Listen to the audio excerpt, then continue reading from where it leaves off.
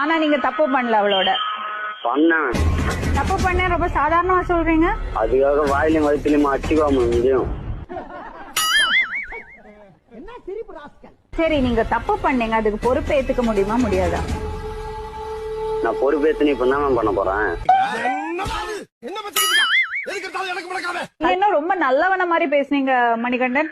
இப்ப மட்டும் நான் அப்புறம் நீங்க ஒரு அரை மணி நேரம் பேசிட்டு போயிடுங்க. ஆயுசுக்கும் கஷ்டப்பட போறது நாங்க தான்.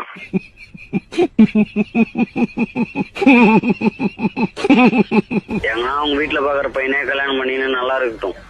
அப்ப அவளை யூஸ் பண்ணி தூக்கி போட்டீங்க. யூஸ் பண்ணிட்டு தூக்கி போறதுக்கு அது என்ன டிஷ்யூ பேப்பரா? எப்படி பேசினாலும் கேட்டு போறானே.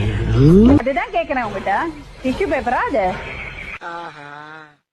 நம்ம விட்டு நம்ம கிட்டே போடுறேன் ஆரம்பிச்சிட வேண்டியது.